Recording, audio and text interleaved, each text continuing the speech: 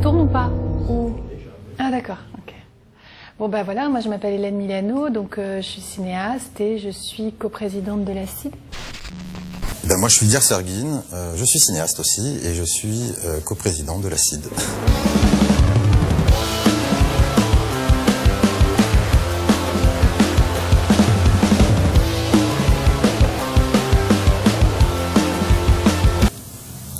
L'association pour le cinéma indépendant pour sa diffusion. Je ne me suis pas trompé. Et ça existe depuis 1993. 93. C'est une association de cinéastes qui a été créée pour se battre à montrer les films partout sur tout le territoire. À savoir les petites et les moyennes villes et les grandes villes. Mais les grandes villes, c'était pas l'enjeu au départ, surtout les petites. Il faut se rappeler qu'à l'époque, les copies des films étaient en 35, donc les premiers cinéastes qui ont fondé l'association partaient en voiture avec leurs copies et les amenaient dans les salles. Aujourd'hui, l'association a beaucoup grandi. Aujourd'hui, les films sont en DCP, c'est du numérique. Donc on travaille avec un réseau d'exploitants, environ 400 salles partenaires, et on se bat pour montrer les films que nous défendons et que nous accompagnons. En fait, il y a deux possibilités, c'est-à-dire qu'il y a la sélection que l'on fait pour Cannes, donc où on se réunit à plusieurs cinéastes et on fait une programmation cannoise qui ensuite est présentée à Cannes. Et puis il y a aussi, tout au long de l'année, on voit des films ensemble et les cinéastes s'engagent pour un soutien au moment de la sortie, d'accompagnement en salle, ce qui crée une dynamique évidemment beaucoup plus forte autour du film et de lien avec le public. Pour être très clair, ce qui fait notre ADN, c'est que ce sont des cinéastes qui choisissent les films. Ce qui fait qu'il n'y a pas de ligne directrice, il n'y a pas de ligne rédactionnelle. C'est des cinéastes riches de leur goût cinématographique et de leur pratique de cinéaste qui choisissent les films.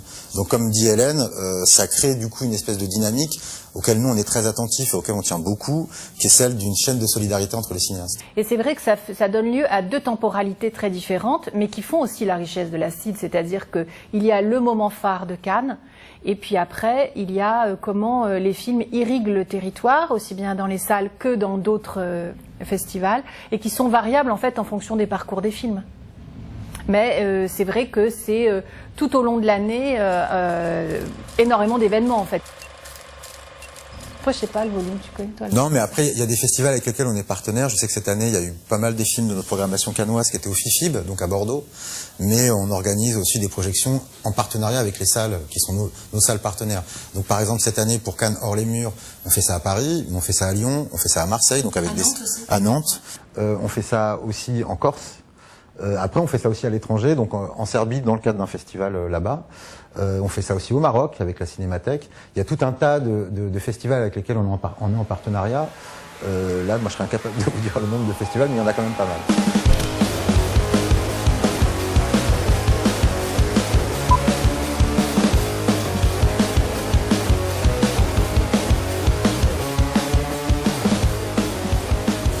Non, je pense pas que ça soit un accompagnement particulier, mais par contre, tout le travail qu'on fait depuis de nombreuses années prend tout son sens en ce moment.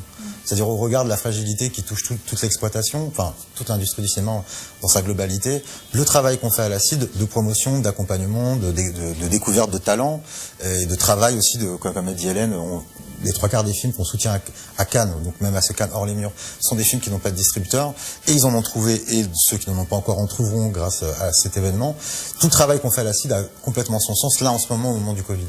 Et cette chaîne de solidarité, qu'elle se poursuive dans des accompagnements de plus jeunes, et que voilà, cette association, elle reste toujours vivante et exigeante.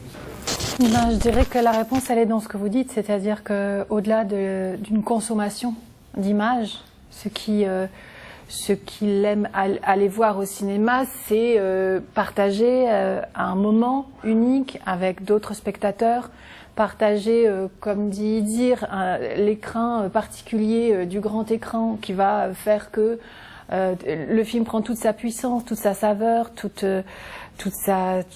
ses qualités, et que ça, le public le sait et le veut, je pense.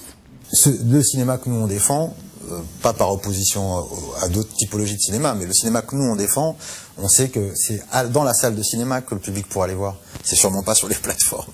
Donc en réalité, pour nous, voilà, il n'y a pas de Il y a juste à être intelligent, à être pédagogue, à être généreux aussi dans les propositions, dans la manière d'inventer de la programmation. Mais nous, ce qu'on sait par expérience, parce que donc on fait beaucoup d'événements. Il y a au moins 450 rencontres qui sont animées chaque année par la CID. On sait, nous, on fait la démonstration au quotidien que le public, il a une appétence pour le cinéma qu'on défend. Et on voit bien que le jeune public, à partir du moment où on peut échanger avec lui, où il peut parler des films, on sent bien qu'il est ravi de découvrir des œuvres qu'il n'a pas l'habitude de voir sur les autres supports. En gros, pour répondre à Hélène, c'est exactement ça. C'est qu'en général, les films disparaissent des écrans au bout de 15 jours, 3 semaines à peu près. Et nous, en fait, les films, on les fait vivre des fois pendant presque 2 ans pour certains. Donc c'est cette idée que il faut du temps pour le cinéma qu'on défend par rapport aux gros blockbusters, par rapport aux grosses machines. La typologie de cinéma qu'on défend a besoin de temps, du bouche à oreille, ça a besoin de s'inscrire dans un travail de recherche de public, de rencontre de public, de créer de l'événement. Et c'est un travail de longue haleine, c'est un travail de fourmi.